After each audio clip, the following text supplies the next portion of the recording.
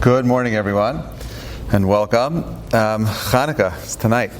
Amazing. It's been another year since we've gone through a period of isolation, virus, all kinds of mandates.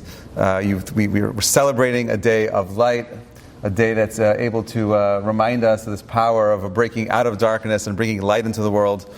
And here we are revisiting these same notions of isolationism and darkness, so much uncertainty. Chanukah is something much more profound than just thinking about the circumstances that we're in. Chanukah is about action. Chanukah is about understanding Ma'aseh Avot Siman Labanim, the idea that the past has a deep impact on where we are going in our future. You see, the story of Chanukah is so confusing because if you actually study history, you'll notice that the amount of times that Jerusalem was conquered and reconquered by different warring states back and forth, it's very hard to know which king was the king. You talk about Antiochus, which Antiochus was it? Was the Antiochus the first, the second, the third, the fourth, the fifth, the sixth, the seventh? Which Greek kingdom were we talking about? Let's just go quickly through a very brief overview of history so we could try to put this into context so we could walk away with hopefully some more insight, understanding of what was, so we could get a deeper appreciation, God willing, and strength to figure out where to move forward into. So Alexander the Great changed the world. His father, Paul, was a super military genius, died very suddenly, and Alexander was given the throne to take over for his father. Very young, ambitious boy. He was in his early 20s when this happens, and he decides that it's not enough to go ahead and bring all of the Greek small nation-states, small states, together, but he wanted to take this idea of Hellenism and bring it to the world. And he does this successfully. They create the most powerful fighting army on planet Earth, and they literally walk through massive countries, massive armies like a hot knife through butter, easily cutting their enemies down. And eventually they end up in Israel. And he's blown away by what he sees in Israel. Because you see, Alexander the Great believed very much so that the world itself was in a state of darkness. And he was helping them by educating them, by enlightening them with the philosophy, the beauty, the architecture, the wisdom of the Greeks. And he was surprised to find some type of equality with the Jews. There was some level of superiority even, of chokhmah, of wisdom that the Jews were carrying. Now, he continues on with his war efforts and eventually dies. Very young, 32 years old, conquers most of the known world, but because he was so young, he leaves no succession plan. And what ends up happening is this vast empire, the largest ancient empire at the time, is divided into four. There's only two parts of the kingdom that you and I need to be concerned about, south and north. The southern part of his kingdom, which extended all the way down into Egypt, was known as the Ptolemy region. And that's where the King Ptolemy, we hear in a few weeks, we're going to have the Aseret B'Tevet, is a reminder of the Septuagint, when King Ptolemy invited 70 scholars down to Alexandria to translate the Torah, which is a part of this idea of Googling back then, of translating every religion, so everything, every text, everything is accessible to everybody. And he does this, and the miracle was that they all translate the Torah exactly the same way. And then you have the northern armies, or the northern kingdom, the Seleucid armies, which was known as Cyrus and so on and so forth. And that's where Antiochus was from. So because of these two different parts of these two different kingdoms, there was a lot of war going between the northern kingdom and the southern kingdom, everyone wanting to have access to Israel. Why? Money. Because Israel was a trade route. It was right there. You had access to the Mediterranean. And if you wanted to bring things from Europe into Africa, you needed to go through Israel. So everyone wanted control over Jerusalem. So can you imagine, you have Ezra coming down from Bavel, rebuilding the Beit HaMikdash, but the whole time as Jews, we're in the Second Temple, we never had full control of Israel. Israel was always a vassal state to some other foreign power. Whether it was Ptolemy, or whether it was Antiochus, or whether it was Darius in Babylon. Didn't matter, but Israel never had its full independence. But because of this, put a lot of pressure on Jews as to figure out what their actual allegiances were. And there was a division between the northern Jews and the southern Jews. Southern Jews were more loyal to Ptolemy because there was a lot of money going in. Pump my ideas into your side of the world. No, the northern Jews, the Syrian Greeks, were pumping their values. And this is going back and forth, back and forth, back and forth. Until something happens where there's a break. It's a break that happens. And before I get to that break, I want to go back in time a little bit before that. Because we talk about Maseh Avot, Rabbi Mizrahi spoke about this idea that Yaakov Avinu had set up so much of the stage for world history. He is also known as Yisrael. So much of what he does is also gives us insight into some of the struggles that our people would have later on in Jewish history. There's a famous Mishnah in Perkei Avot. It says, Shimon, he would say, Kol yamai gadalti ben hachamim v'lo matzati leguf tov ela shtika. Right? I spent my whole youth growing up with the sages, and there's no greater attribute than silence. Silence is key. And often, you'll hear this, Rabbi, shtika is the best thing, just keep your mouth quiet. But remember that any midah, any trait to any extreme in Judaism is not a good thing. In Judaism, we want to find balance. The goal is to find that middle ground. Shtika to an extreme, I think we'll all agree, is a bad thing. Which is why, when Kohelet, Shlomo HaMelech says something called et lachsot ve'et ledaber. There's a time for silence and there's a time to speak. There's a time to do the right thing. There's a time to get up and be involved in some sort of action and speaking up. So what is that right time? There are 3 times in the Parsha that we see over the last couple of weeks where Yaakov should have said something but did not. And you may have missed it because it's so subtle. Remember, the Chumash, Parshiot, are there to teach us insights about these brilliant people, right? The beauty of the Avot, the great things they did. When it comes to criticizing them, it'll do so, but in a very roundabout kind of way, and it's very easy to miss it. Because I want to highlight these 3 points, and I want to walk you through this idea, and let's see if we can walk away with some more clarity. The Pasuk says as follows, it says, V'yikanu bo achav v'aviv shamar et hadavar. When Yaakov hears the brothers feeling jealous, that he's hearing the murmuring of the brothers talking about the dreams, and it says that Yaakov hears it. He hears what they says, Vishmor et hadavar, he hears it. He kept the matter in mind, he kept it in the back of his head. Why didn't he say something? What would have that story with the brothers look like if Yaakov would have came to them and said, listen, he's a little boy, he's a dreamer.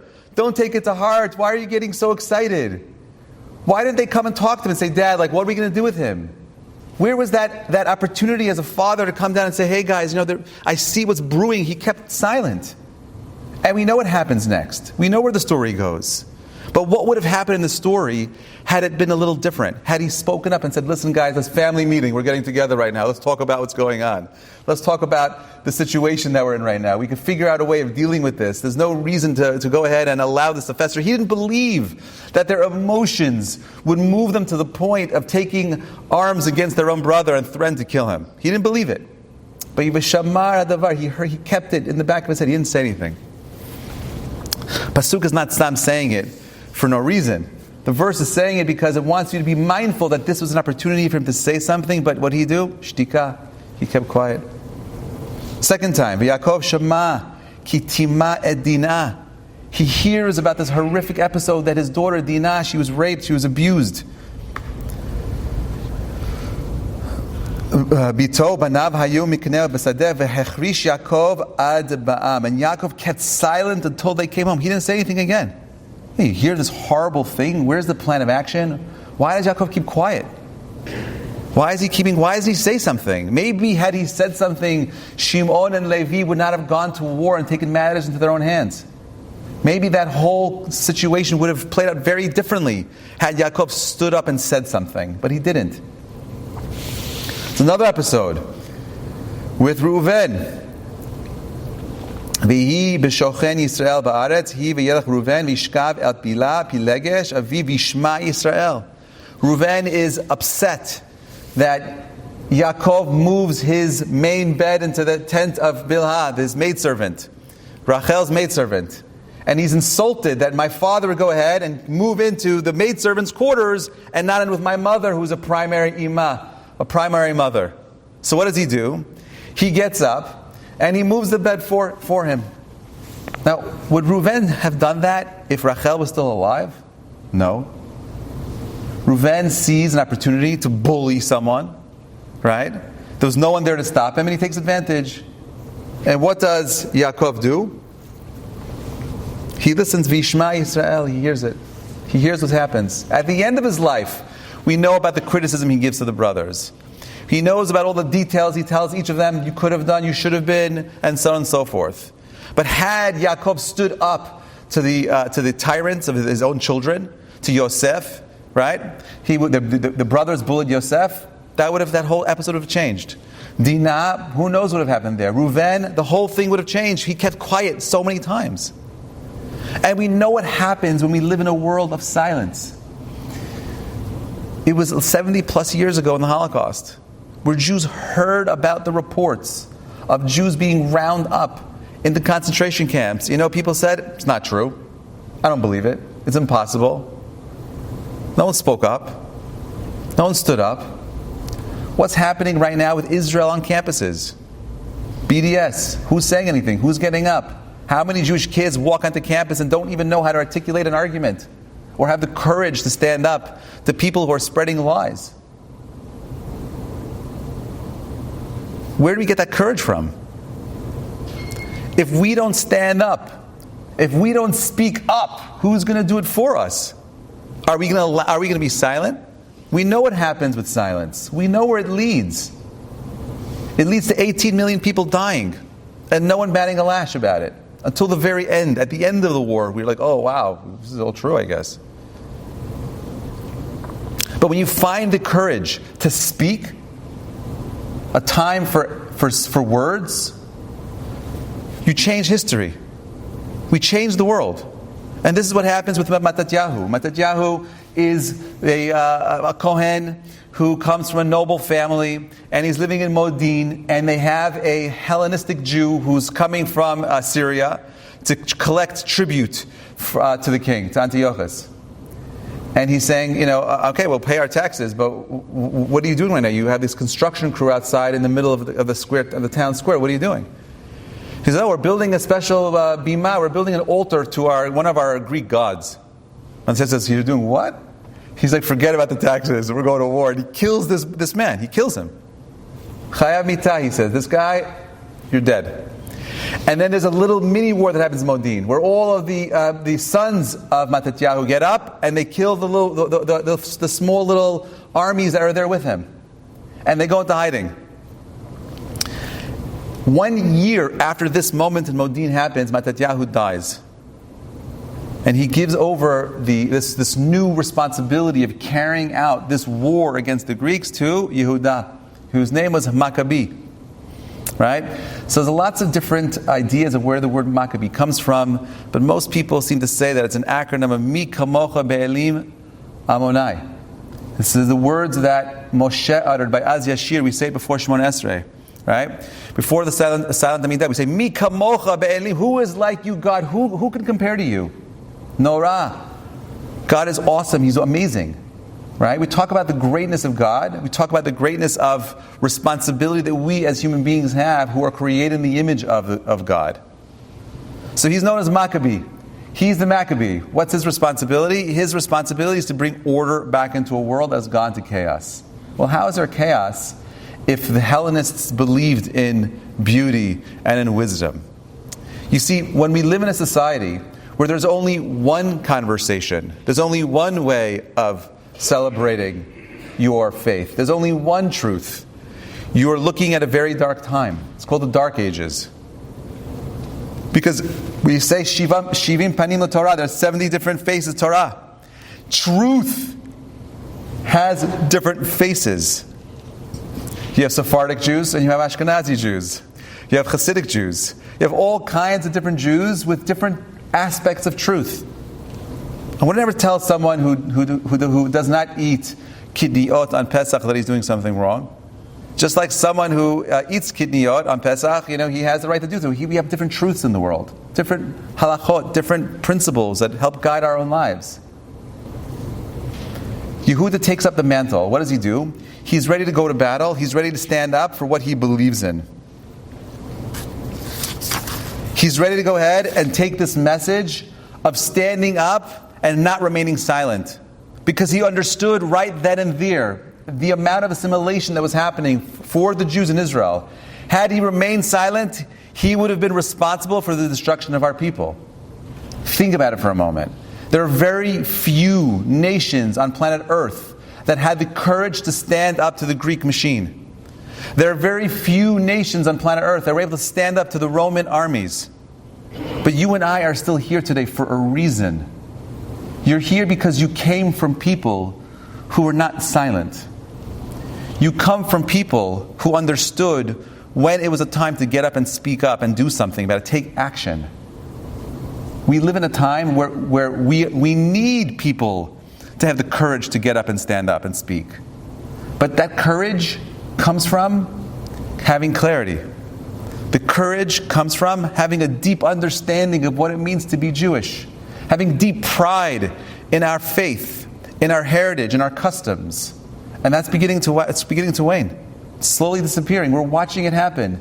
The assimilation rate today in the United States of America is close to 60%. It's even higher if you take out the Orthodox community. We're closer to 75%.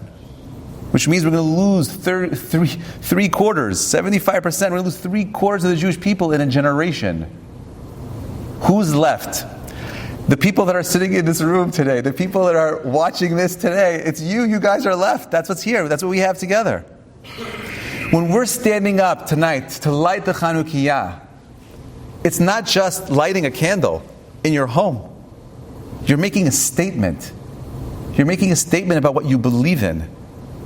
You're saying, I believe that the small people on planet Earth, the small people with the small voice, the underdog, has the power of dispelling the great vast darkness that enters into this world. That's what we're saying. We're saying that just like a little light, the little light, it's nothing, it's a flame. A flame barely exists in this world. It's here, it's gone, it's flickering, it only exists to consume, but to give off this radiant light. Are you ready to stand up and speak? This is a beautiful midrash, in Midrash Rabbah. It says as follows. It says, Hochacha lechacham ve'avecha. Someone who's willing to get up and give rebuke, that person will turn to love you. Right? That the idea of standing up, tochacha mevi lidei ahava. You think that standing up and speaking a truth will push people away from you? It's the opposite. When you are true to what you believe in, when you have the power of articulating what it is that you actually believe in, you have the power of changing the world ahead of us. You have the power of recreating a beautiful future. Don't remain silent. We saw what happened with Yaakov. 3 times the Torah allows us to take a peek into the flaw of Yaakov. But the story of Chanukah tonight is not about lighting the biggest Chanukiah in the world. I think it's the opposite. If I had the power of figuring out a way of celebrating Chanukah, I would have the smallest Chanukah, Chanukiah, exhibit in the world, because that's really what it's about. How the small people have the power of changing the future. You have the power of changing reality. The small things that we do.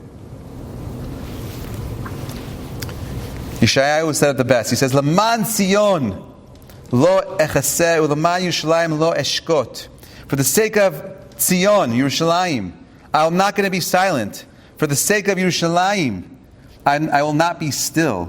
Ad yetzeh kenoga tzadka v'yeshuata klapid yavaer. Till the victory emerges and her triumph is like a flaming torch. He was a man who understood what it means to speak up. The Nevi'im were speakers. They helped us find the right words to articulate that clarity of vision. We live in a time of darkness. We know that this galut that we're in right now is an extension of Yavan. It's unclear what our path should be. It's unclear when to stand up, when to be silent. It's unclear how to get up and speak our truths. But certainly, if the Chanukah story is meant to do anything, it's meant to inspire us to take responsibility for our words.